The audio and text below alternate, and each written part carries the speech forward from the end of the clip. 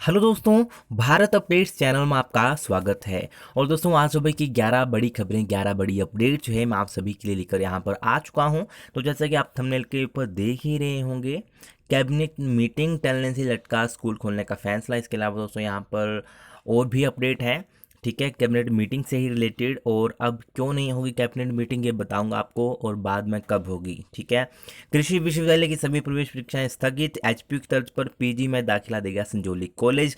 दोस्तों इसके अलावा और भी बहुत सारी अपडेट्स जो हैं आपको इस वीडियो में देखने को मिलेंगी, तो वीडियो को दोस्तों एंड तक देखिएगा तभी आपको पता चल पाएगा। अगर आप बीच में स्किप करोगे तो हो सकता है जो इंपॉर्टेंट अपडेट हो वो आपसे छूट जाए, ठीक है। तो वीडियो को पूरा देखिएगा तभी आपको पता चलेगा। तो आज है 8 अक्टूबर 2020 की ये बड़ी अपडेट्स यहाँ पे रहने वाली हैं। चलिए शुरू करते हैं पहली अपडेट से। तो शहरी विकास मंत्री भारद्वाज, पूर्व मंत्री भरमौरी, सीआईईसी को कोरोना। पीटीसी ड्रॉ में 35 ट्रेनिंग पुलिसकर्मियों समेत प्रदेश में 275 नए केस, मंडी में एक की मौत। तो शहरी विकास मंत्री सुरेश भारद्वाज, उनकी पत्नी, राज्य के मुख्य सूचना आयुक्त सीआईईसी नरेंद्र चौहान, पूर्व मंत्री ठाकुर सिंह भरमौरी और उनकी पत्नी समेत प्रदेश में जो है 275 मरीज बुधवार को कोरोना संक्रमित हुए हैं। और अभी यहाँ पे देखते हैं कि कहाँ पे कितने केसेस जो हैं आए हुए हैं। तो सुरेश भारद्वाज की पत्नी आईजीएमसी में दाखिल, मंत्री होम आइसोलेट। पूर्व मंत्री भरमौरी की पत्नी भी संक्रमित, दोनों होम आइसोलेट। तो यहाँ पे देख लेते हैं।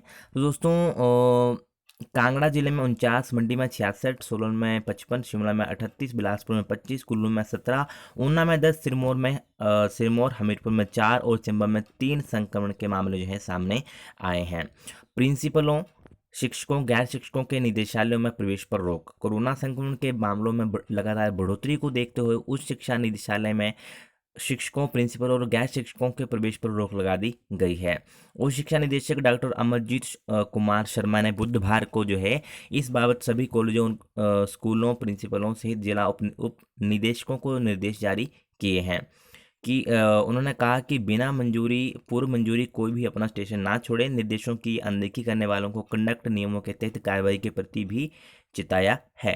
दोस्तों आपको बताना चाहूँगा कि आप ऑफिशियल अगर कोरोना अपडेट देखना चाहते हो तो आप मेरे टेलीग्राम चैनल के ऊपर विजिट कर सकते हो। टेलीग्राम चैनल का नाम है भारत अपडेट्स। इसके अलावा मैं टेलीग्राम चैनल के ऊपर ही पीडीएफ वगैरह जितने भी नोटिफिकेशन होते हैं वहीं पर अपलोड करता हूँ, ठीक है। तो आप टेलीग्राम पे जाइए, प्ले स्टोर से डाउनलोड कीजिए टेलीग्राम और वहाँ पे सर्च कीजिए भारत अपडेट्स और वहाँ पे ज्वाइन कर लीजिए, ठीक है। उसके अलावा जो है आप मुझे ट्विटर के ऊपर भी फॉलो कर सकते हो। ट्विटर की आईडी भी आपको वीडियो के डिस्क्रिप्शन में मिल जाएगी, ठीक है। तो वीडियो के डिस्क्रिप्शन में चेक कर लेना, ठीक है। और ये कुछ अभी की कोरोना अपडेट थी। चलिए नेक्स्ट अपडेट देखते हैं दोस्तों। तो ऑर्थो विभाग के 3 रेजिडेंट डॉक्टरों समेत जिले में 38 लोगों को कोरोना। संजौली में एक ही भवन में आए 9 मामले, प्रशासन ने कंटेनमेंट जोन बनाने के दिए निर्देश। तो राजधानी में कोरोना का कहर जो है बढ़ने लगा है। बुधवार को आईजीएमसी के ऑर्थो विभाग के 3 रेजिडेंट डॉक्टर कोरोना पॉजिटिव आए हैं। जिले भर में बुधवार रात तक 38 केस आए हैं। इनमें शिमला शहर के ही 23 मामले शामिल हैं। और डॉक्टरों के पॉजिटिव आने के बाद विभाग में भी हड़कंप का माहौल बना हुआ है। यह डॉक्टर जो है ओपीडी वार्ड से लेकर ऑपरेशन थिएटर में ड्यूटी दे चुके हैं। तो ये दोस्तों शिमला से ये अपडेट है, ठीक है, शिमला की अपडेट है। पहले मैं पूरे हिमाचल की आपको कोरोना अपडेट बता चुका हूँ, ठीक है। और चलिए अभी नेक्स्ट अपडेट दोस्तों देखते हैं। 1 दिसंबर तक 18 साल पूरे करने वाले भी पंचायत चुनाव में देंगे वोट। प्रदेश चुनाव आयोग की बैठक, 25,000 मतदान केंद्र बनाने होंगे। तो राज्य में 1 दिसंबर 2020 तक 18 साल पूरा करने वाले मतदाता इस बार पंचायत और निकाय चुनाव में वोट दे सकेंगे। हिमाचल चुनाव आयोग ने वर्ष 1995 के बाद पहली बार अपने अधिकारों का इस्तेमाल करते हुए ये फैसला लिया है। इससे 1.5 लाख नए वोटर मत दे सकेंगे। इससे पूर्व निर्वाचन आयोग को जो है आधार मानते हुए 1 जनवरी 2020 को 18 साल पूरे कर चुके वोटरों के नाम ही आयोग मतदाता सूची में शामिल करता रहा है। चुनाव से 15 दिन पहले आयोग कोरोना से बचाव के लिए निर्देश जो है जारी करेगा।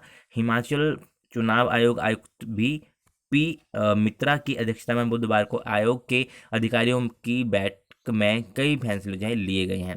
तो ये भी दोस्तों एक अपडेट है। और चलिए अभी नेक्स्ट अपडेट दोस्तों देखते हैं। तो अवैध होगी टनल, दोनों पोर्टल पर खुलेंगे थाने। एडिशनल एसपी की जिम्मे होगी सुरक्षा, 175 पुलिसकर्मी होंगे तैनात। तो हिमाचल और देश के लिए अति महत्वपूर्ण अटल टनल रोहतांग की सुरक्षा का प्लान हिमाचल पुलिस ने तैयार कर लिया है। डीजीपी संजय कुंडू के निर्देश पर गठित बोर्ड ऑफ ऑफिसर्स की सिफारिशों के आधार पर पुलिस मुख्यालय ने सरकार को सुरक्षा प्लान पिछले हफ्ते भेज दिया है। प्रस्ताव पर वीरवार को मुख्य सचिव की अध्यक्षता में चर्चा होनी है। माना जा रहा है कि मुख्यालय के प्रस्ताव को मंजूरी मिल सकती है। प्लान के अनुसार एक एडिशनल एसपी स्तर के अधिकारी को टनल की सुरक्षा के लिए ओवरऑल इंचार्ज बनाया जाएगा। वह एसपी लाहौर और स्पीति और एसपी कुल्लू से संबंध होगा। तो ये दोस्तों कुछ यहाँ पे अपडेट है। और सोलंग और तेलिंग गांव में बनेंगे बैरियर। यह है अटल टनल का सुरक्षा प्लान। तो 9.02 किलोमीटर लंबी टनल की सुरक्षा के लिए 2 पुलिस थाने बनाए जाएंगे। एक दक्षिण पोर्टल के नज़दीक धुंधी में स्थापित होगा। इसके अधीन सोलन से लेकर टनल का दक्षिण पोर्टल और उत्तर तक पोर्टल तक जो है पूरी टनल की जिम्मेवारी होगी। लाहौल स्पीति के सिसु में जो है एक और थाना बनेगा। तो ये कुछ अपडेट है दोस्तों अटल टनल से रिलेटेड। चलिए अभी नेक्स्ट अपडेट देखते हैं।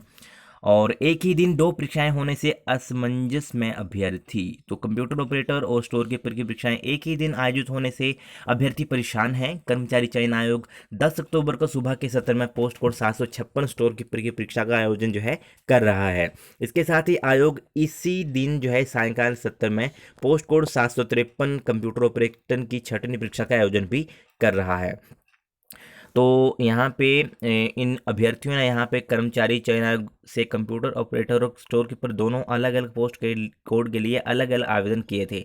लेकिन यह दोनों परीक्षाएं 10 अक्टूबर को एक ही दिन 2 अलग अलग परीक्षा केंद्रों में हो रही हैं, जिसके चलते कोविड-19 संकट काल में एक परीक्षा केंद्र जो है से दूसरे परीक्षा केंद्र में पहुंचने में परेशानी झेलनी पड़ेगी। उन्होंने आयोग से इन दोनों पोस्ट कोड की 6वीं परीक्षाओं की तिथियों में बदलाव की मांग की है। वहीं प्रदेश कर्मचारी चयन आयोग सचिव डॉक्टर जितेंद्र कंवर ने कहा कि कंप्यूटर ऑपरेटर के लिए अलग शैक्षिक योग्यता रखी गई थी, जबकि स्टोर कीपर के लिए अलग शैक्षिक योग्यता जो है निर्धारित है। उन्होंने कहा कि ऐसा बहुत कम देखने को मिलता है कि उच्च पद के लिए जो है आवेदन करने वाला अभ्यर्थी किसी छोटे पद के लिए आवेदन करे। आयोग के सचिव ने कहा कि उनके पास अभी तक इस तरह की कोई भी शिकायत जो है नहीं मिली है। ठीक है, चलिए दोस्तों नेक्स्ट अपडेट अभी देखते हैं। ये थी HPSSC की तरफ से। और 10वीं में 85% अंक नहीं होने से सेना भर्ती से बाहर हो गई कई युवतियां। तो सेना भर्ती में हिस्सा लेने गई प्रदेश की बेटियां वंचित हो गई हैं। अंबाला में होने वाली भर्ती के लिए सेना ने मेरिट के आधार पर कट लिस्ट जारी की है।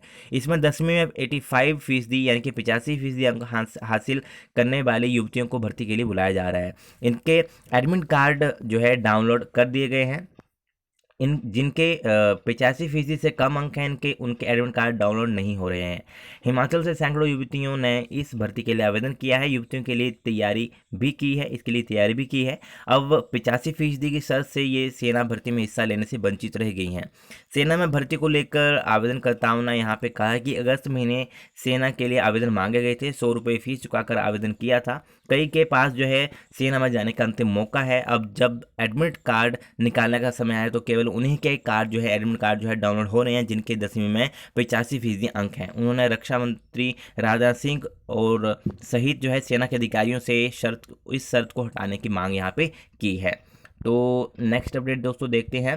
परीक्षा से वंचित विद्यार्थियों के लिए जल्द शेड्यूल जारी करेगा प्रदेश विश्वविद्यालय। तो कोरोना महामारी के कारण यूजी अंतिम सेमेस्टर की परीक्षा ना दे पाने वाले प्रदेश और बाहरी विद्यार्थियों का परीक्षा शेड्यूल जल्द जारी किया जाएगा। विश्वविद्यालय को अब तक 183 ऐसे विद्यार्थियों का ब्यौरा मिल चुका है। ऐसे शिक्षा विभाग से अभी इस संबंध में जानकारी जो है आनी है।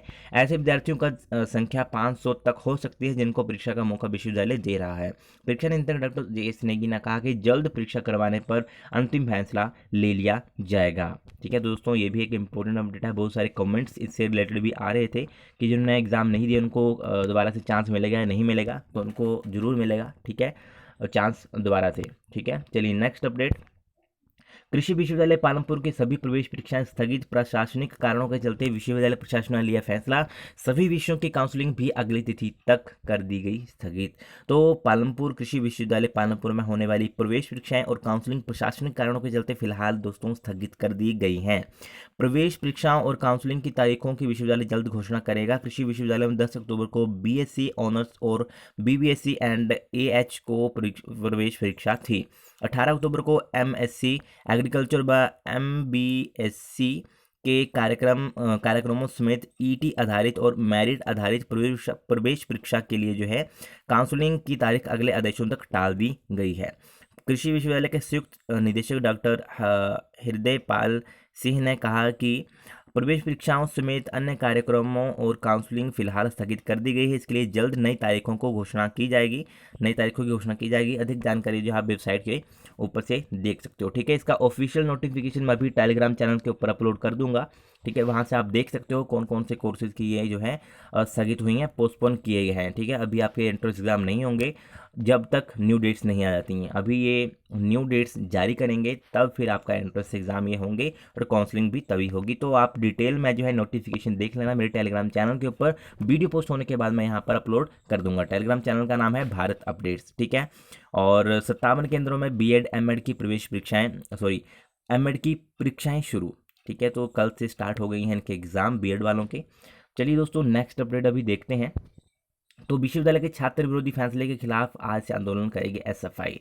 तो ये यहाँ पर जो है मेरिट जो कह रहे थे कि एंट्रेंस एग्जाम नहीं होगा, मेरिट के बेस के ऊपर जो है एडमिशन मिलेगी, तो उसको लेकर ये अभी आंदोलन करने जा रहे हैं एसएफआई वाले। तो पीजी एलएलएम एमफिल कोर्स में क्वालिफाइंग एग्जाम की मेरिट आधार पर प्रवेश देने के विश्वविद्यालय प्रशासन के फैसले के विरोध में एसएफआई वीरवार से आंदोलन शुरू करेगी। एसएफआई की विश्वविद्यालय इकाई ने कहा है, इन्होंने पत्रकारों से बातचीत करते हुए कहा कि प्रवेश परीक्षा न करवाकर विश्वविद्यालय प्रदेश भर के उन हजारों विद्यार्थियों से धोखा कर रहा है जो प्रवेश परीक्षा में अच्छा प्रदर्शन कर विश्वविद्यालय में प्रवेश की उम्मीद लगाए थे। परीक्षा के लिए उनकी 4 माह की मेहनत और प्रत्येक छात्र की ओर से जमा करवाई 700 से 800 रुपए की फीस बर्बाद जाएगी। और उन्होंने इस फैसले के खिलाफ एसएफआई 8 अक्टूबर से परिसर में जो है आंदोलन शुरू करेगी। 10 अक्टूबर को शिक्षा मंत्री को प्रदेश भर से मांग पत्र सौंपे जाएंगे और इन्होंने ये मांग की है।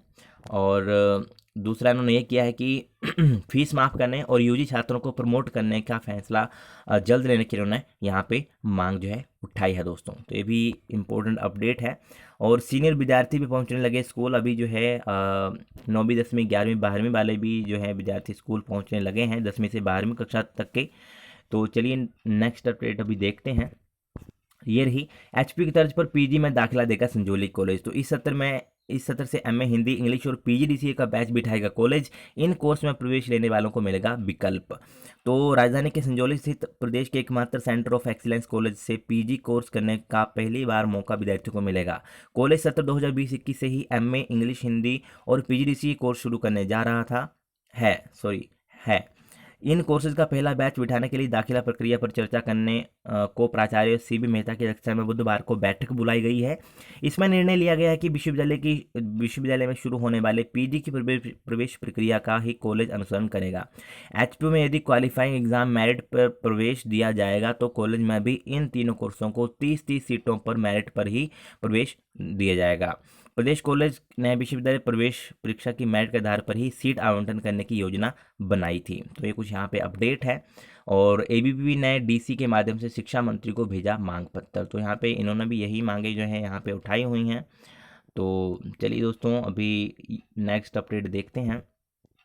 कैबिनेट बैठक टलने से स्कूल खोलने का मामला भी लटका। तो राज्य मंत्रिमंडल की 9 अक्टूबर को प्रस्तावित जो है बैठक टलने से प्रदेश में स्कूल खोलने का मामला भी लटक गया है। अब आगामी सप्ताह तय होने वाली बैठक के बाद ही तय होगा कि 15 अक्टूबर के बाद स्कूल खुलेंगे या बंद रहेंगे। विद्यार्थियों को भी अगली कक्षा में बिना परीक्षा प्रमोट होने के फैसले के लिए अभी इंतजार करना होगा। प्रदेश में 15 अक्टूबर से स्कूल खोलने कॉलेजों में फर्स्ट और सेकंड ईयर के विद्यार्थियों को बिना परीक्षा लिए अगली कक्षा में प्रमोट करने के मामलों पर 9 अक्टूबर को प्रस्तावित कैबिनेट बैठक में फैसला होना था, बट अभी उसे कैंसिल कर दिया गया है। अभी वो बैठक नहीं होगी जो कल होनी थी। ठीक है, कल है 9 अक्टूबर, तो कल वो बैठक होनी थी, कैबिनेट मीटिंग होनी थी, बट अभी नहीं होगी। क्या कारण है, क्यों नहीं होगी और अब कब होगी, वो आपको अभी बताता हूँ। ठीक है, तो अभी चलिए देख लेते हैं। तो 9 अक्टूबर यानी कि शुक्रवार को होने वाली प्रदेश सरकार की कैबिनेट बैठक फिलहाल टल गई है। ऐसा इसलिए हुआ क्योंकि रोहतांग में अटल टनल के उद्घाटन के बाद मंगलवार को वे एहतियातन 3 दिन की होम आइसोलेट में चले गए। ठीक है, सीएम 3 दिनों तक वह स्वास्थ्य विभाग की निगरानी में है, गुरुवार को उनका कोरोना टेस्ट होगा। ये मुख्यमंत्री जी की बात यहाँ पे कर रहे हैं। कई महत्वपूर्ण फैसलों को लेकर इस बार की कैबिनेट बैठक अहम जो है मानी जा रही थी, लेकिन फिलहाल इस बैठक को टाल दिया गया है। तो दोस्तों बता दें कि अटल टनल के उद्घाटन के दौरान बंजार के विधायक सुरेंद्र शौरी के संपर्क में आने के बाद सीएम होम आइसोलेशन में है। सीएम जयराम ठाकुर की प्रधान निजी सचिव RN बत्ता की कोरोना रिपोर्ट भी मंगलवार को पॉजिटिव आई है। उनकी रिपोर्ट आने के बाद सचिवालय में हड़कंप मच गया है। सीएम जयराम ठाकुर के साथ प्रधान निजी सचिव RN बत्ता, मुख्य सचिव व राज्य सरकार के 2 से 3 अफसर इनके साथ हेलीकॉप्टर में लौटे थे। इसलिए अब कैबिनेट बैठक को टाल दिया गया है और जल्द ही बैठक की अगली तारीख घोषित की जाएगी। बता दें कि इस बैठक में बाहरी राज्यों के लिए बसें चलाने और प्रदेश में स्कूल खोलने संबंधी और कई अहम फैसले किए जाने थे। तो दोस्तों ये थी आज की कुछ मोस्ट इंपॉर्टेंट अपडेट, और जैसे ही नेक्स्ट डेट इनकी आएगी कैबिनेट मीटिंग की तो मैं आपको बता दूंगा, ठीक है। और अगर आपको वीडियो अच्छी लगे तो इसे लाइक, शेयर और चैनल को सब्सक्राइब कीजिएगा मेरे लेटेस्ट अपडेट्स के लिए। Thank you.